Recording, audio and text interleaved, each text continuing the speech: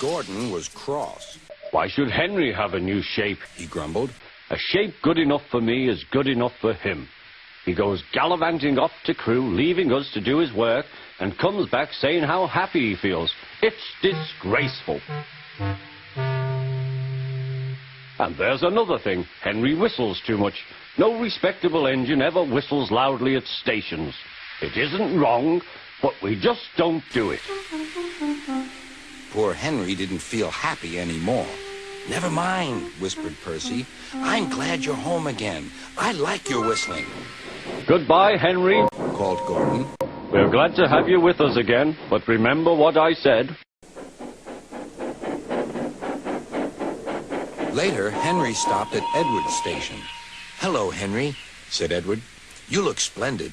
I was pleased to hear your happy whistle yesterday. Thank you, Edward, smiled Henry. Shh! Can you hear something? It sounds like Gordon, said Edward, and it ought to be Gordon. But Gordon never whistled like that.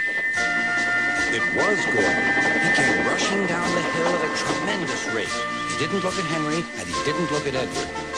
He screamed straight through the station and disappeared. Well, said Edward.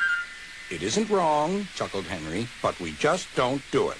And he told Edward what Gordon had said.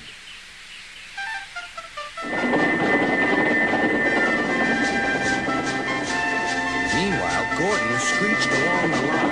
The noise was awful.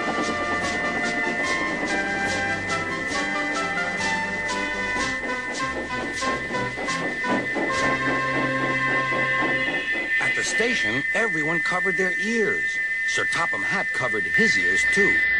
Take him away, he bellowed. And stop that noise. Gordon puffed sadly away, but he wouldn't stop whistling until two fitters climbed up and knocked his whistle valve in place. That night, Gordon slunk into the shed. He was glad it was empty. It isn't wrong, murmured Henry to no one in particular, but we just don't do it.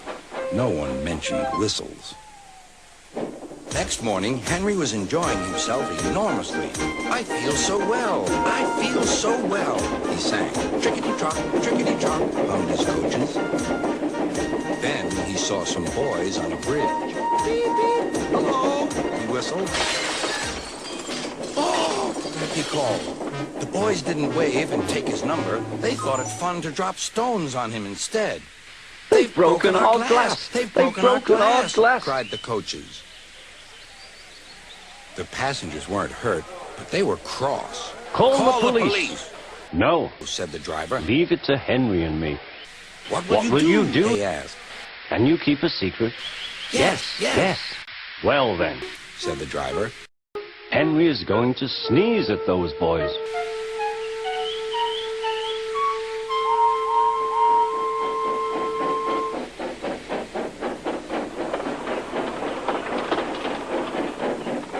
Lots of people were waiting at the station just before the bridge. They wanted to see what would happen. Henry has plenty of ashes, said the driver. Please keep all windows shut till we have passed the bridge. Henry is as excited as we are, aren't you, old fellow? Henry felt more stuffed up than excited.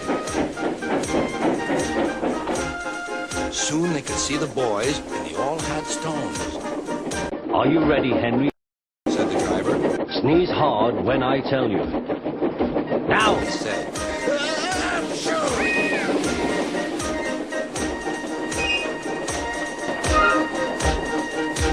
Well done, Henry, laughed his driver. Henry went home, hoping that next time he saw Gordon and the boys, they would have learned not to be so mean.